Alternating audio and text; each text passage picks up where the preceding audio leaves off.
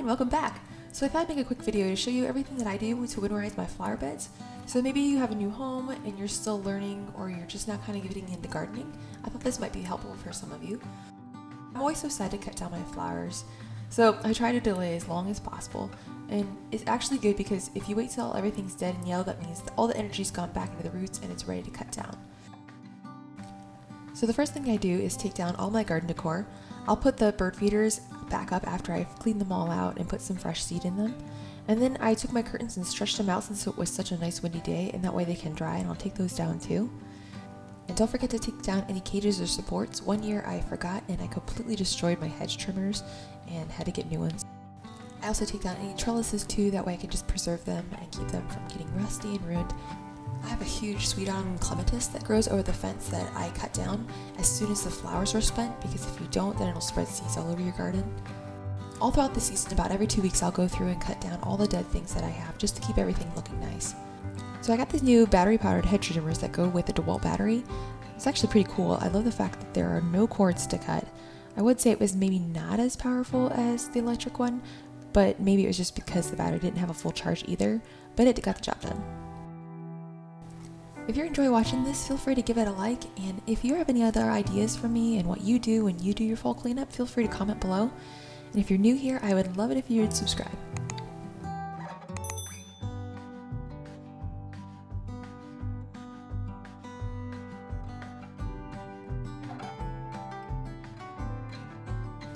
In my garden, I try to have a large variety of plants, so of course I have some perennials and shrubs. Then also I plant annuals by seed and then also by bulb too.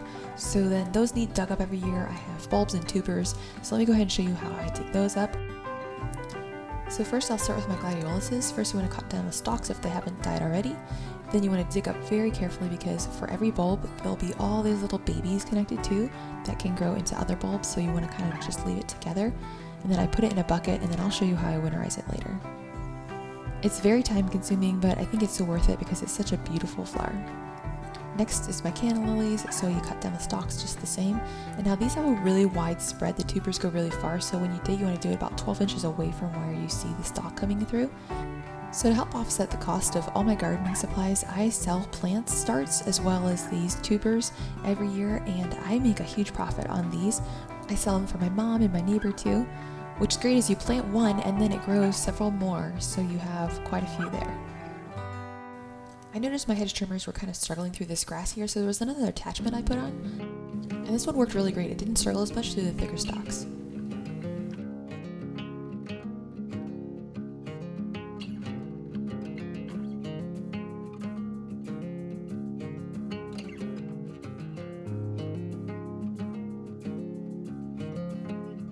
So here are some zinnias that I plant by seed every year. I pull those up and then I cut off the tops of the prettiest ones, and then I save the seeds in a dry paper bag to plant for next year.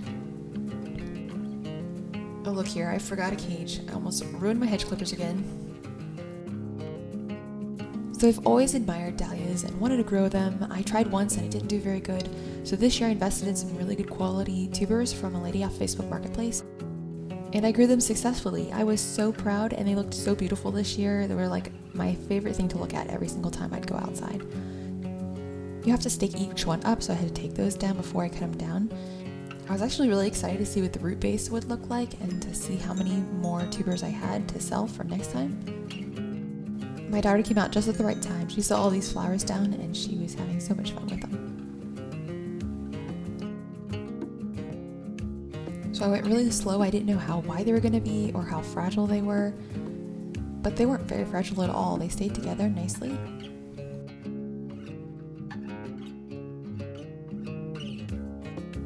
And it looks like I'll have about 8 new starts from each set.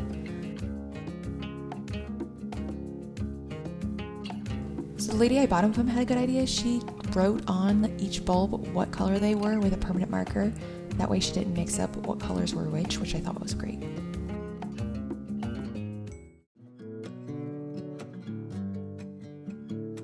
I decided to take down all my curtains and rugs while it was nice and dry still. And I have a tip for you. Make sure and look out for spiders. I found this huge guy in this, whatever it was, whether it was his dinner or eggs, but I was really glad that I found that because I store mine up inside my attic bedroom, so I was glad not to help.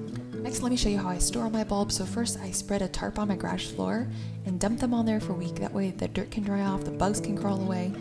Then when you store them, you don't want them to touch each other and you want to make sure they have air circulation. So I put them in crates like this in cardboard boxes and store them in the dark part of my basement.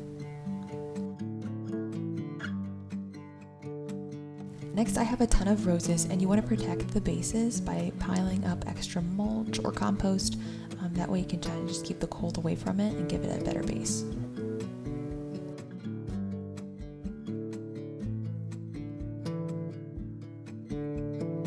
So with my front flower bed, I always have these New Guinea impatiens, which are always stunning, but they require so much watering. So I thought maybe I'd try something different, and I bought these dark colored coral bells earlier this year, and I bought a contrasting color, and I'm just gonna do like a pattern here, and I think it'll look really nice. So if you want to plant anything, it's best to do it in the fall, that way it has time to get established before spring. Now is the perfect time to plant any bulbs you have too, tulips, daffodils, anything like that. But the fall cleanup portion is done. Now all I have to do is deal with the leaves. I didn't do any composting this year because I didn't have quite enough to spread, but that's usually the next step that I do. Thanks so much for watching, and I hope this was helpful to you. Feel free to check out some of my other videos, and I'll see you over there. Bye!